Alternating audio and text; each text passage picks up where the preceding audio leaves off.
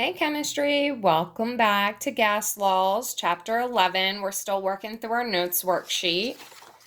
Okay, today we're going to look at the ideal gas law.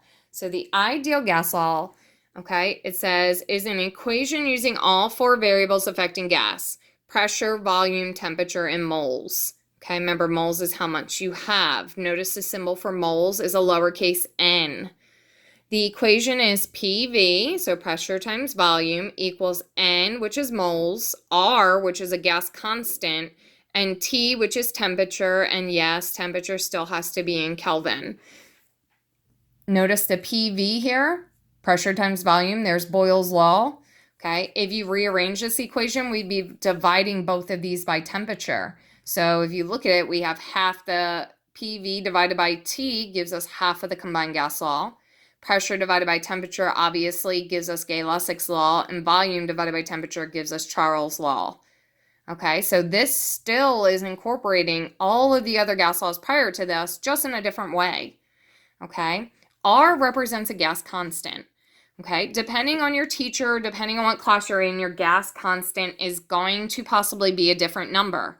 In our class, we are using the number 8.31 because we are basing it off the fact that when using the ideal gas law, your pressure is always going to be in kilopascals. Okay, so what happens is this R value changes depending on what pressure unit you're using. Our textbook actually breaks it all down and gives you all of the different numbers. Okay, 8.31 is what you're going to want to memorize. 8.31 is what you're going to want to use for our class. Okay, so let's try it. It says you fill a rigid steel container that has a volume of 20 liters, so there's our volume, with nitrogen gas, okay, which is N2 because it's diatomic, to a final pressure of 2.00 times 10 to the fourth kilopascals, so we know that's our pressure, kilopascals, at 28 degrees Celsius. There's our temperature. How many moles, so moles is N, of nitrogen gas does the cylinder contain? Okay, so we're going to plug our numbers in. Okay, so our pressure is 2.00 times 10 to the fourth kPa. Okay, notice our unit for R, it involves one of everything. It involves liters, kilopascals, K for Kelvin, and moles. Okay, so it involves one of everything. So all your units are going to end up canceling out. Okay, so we have our pressure, we have times our volume, which is 20.0 liters, equals the number of moles, which we don't know, R, which is 8.31. Sorry, I forgot the multiplication symbol there, times our temperature in Kelvin, and I did already convert it for us. 28 plus 273 gives us 301 Kelvin. Okay, if you take a look at this, you should be able to tell me that in order to solve for n, I've got to divide both sides by the total of 8.31 times 301. Okay, so we're going to rearrange our equation. N equals 2.00 times 10 to the fourth times 20.0 divided by, we actually use the word quotient, of 8.31 times 301. Please, please, please make sure you put that in parentheses in your calculator. Here's why. In your calculator, if you just say 2 times 10 to the fourth times 20 divided by 8.31 times 301, then the only thing your calculator is dividing by is the 8.31. Okay, we want our calculator to be a little bit smarter. We want our calculator to know that we want to divide by the whole quotient of this, the whole total. 8.31 times 301. Okay, so therefore we got to put it in parentheses. Okay, that's it. Okay, 3 sig figs, 3 sig figs, 3 sig figs, 3 sig figs. So our final answer is going to have 3 sig figs. Okay, so we have 2, use our E button to the fourth, times 20, divided by parentheses, 8.31 times 301, close parentheses, Remember, we only want 3 significant digits. Oh, this is a good one. 159.9. 159.9 moles. All right, let's talk about sig figs.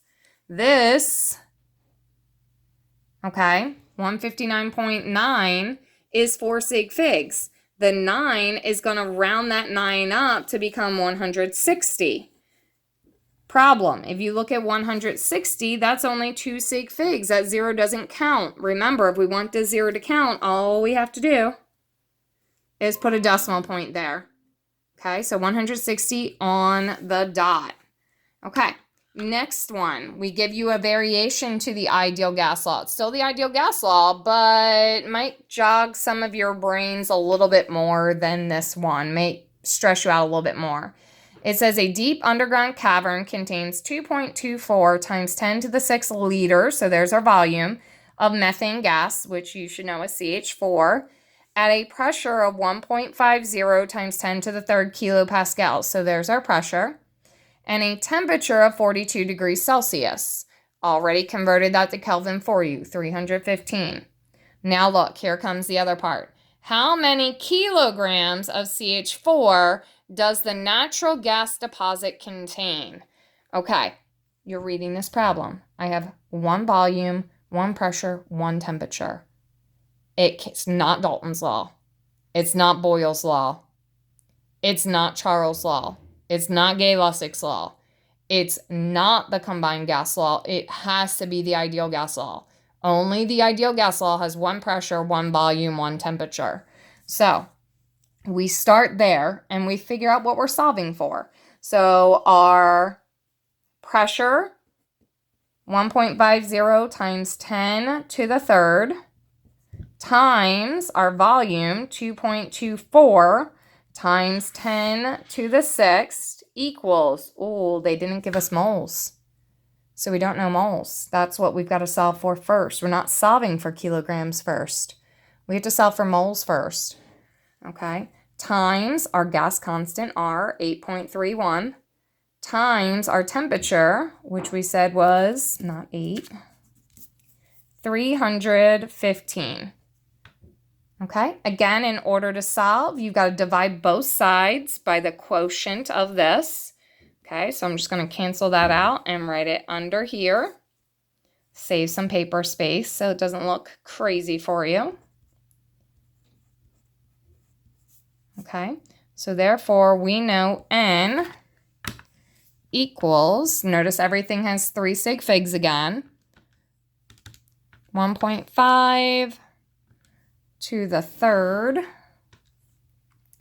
times 2.24 to the 6th divided by 8.31 times 315, close parentheses.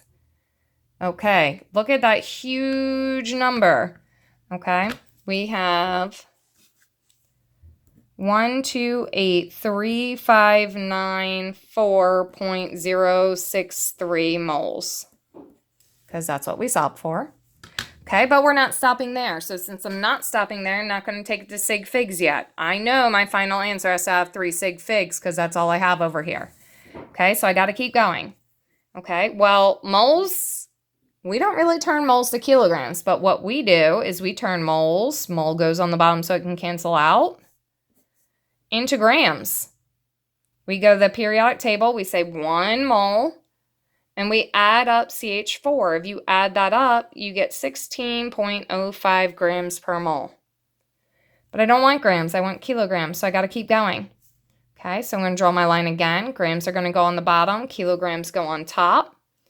We know that there's 1,000 little grams in 1 big kilogram. So I'm going to take this number, I'm going to multiply it by 16.05, and I'm going to divide it by my 1,000. And now is where I can round the 3 sig figs.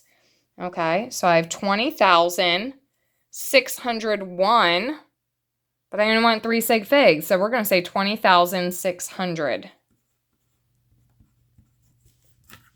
Okay, so your final answer, 20,600 kilograms. All right, hope that helped. Have a great day.